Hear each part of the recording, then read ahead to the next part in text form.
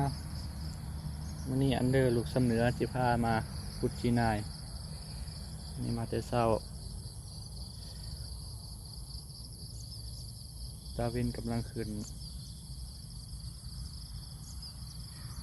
ซึ่งอุปกรณ์ของเราก็มีเสียมเล็กกองใส่จีนายเนาะ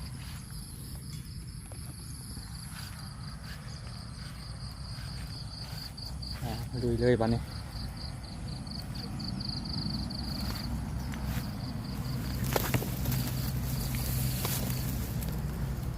เมืองปีนี้สิมีบ่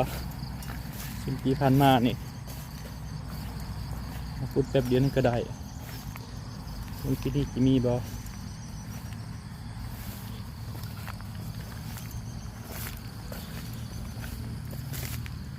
นานเห็นแล้วคุยนะ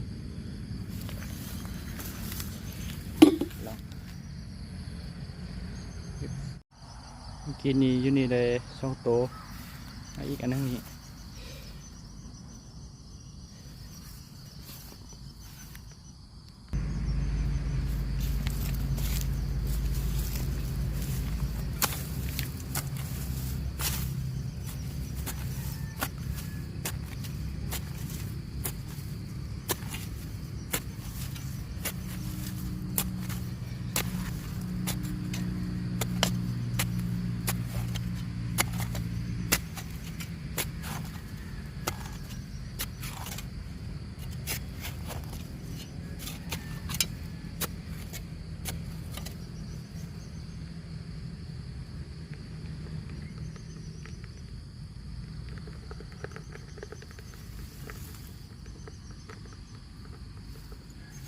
ไปแล้วอีกตัวหนึ่ง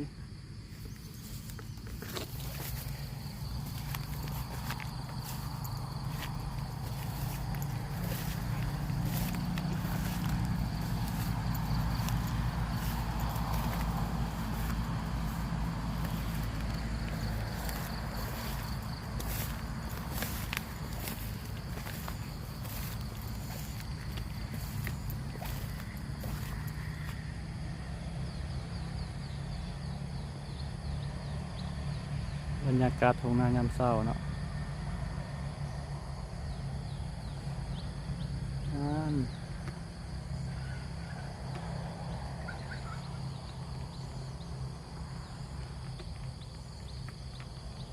ตะเวนกำลังฮ้อนเริ่มฮ้อนแล้วเด้แต่ละปีมันจุดนี้มันที่น่ารักที่สุดตอนนี้ปีนี้อยาก66นั่นนึงเขาจะเอาไว้เห็นหน้าเนาะ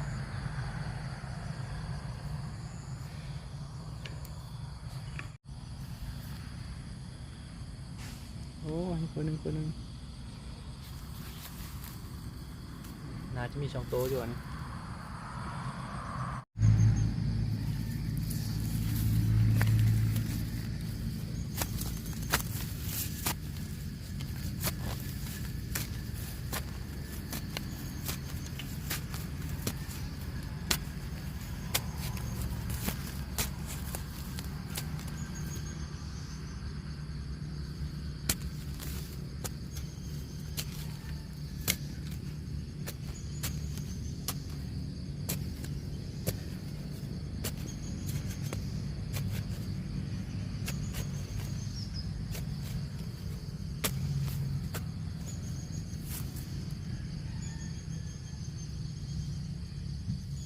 นี่หลายตัวหนึ่ง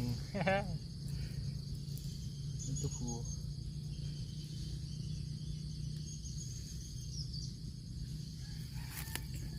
นะครับมาใส่กล้องนี่โอ้ขยับแบบ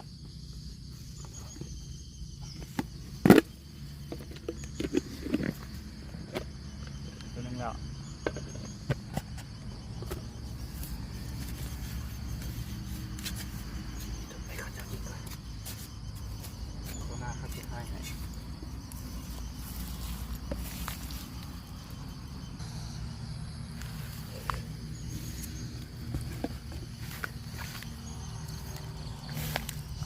ลังจากเขาขุดแล้วเขาก็ทมให้เขาเจ้าคืน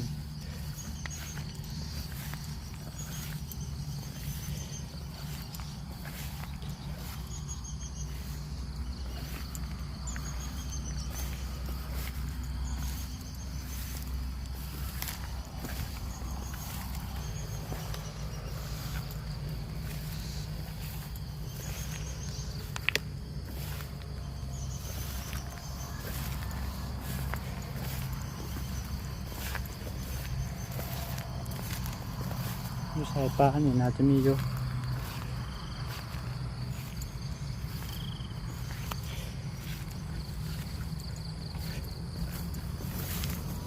นี่แล้วนี่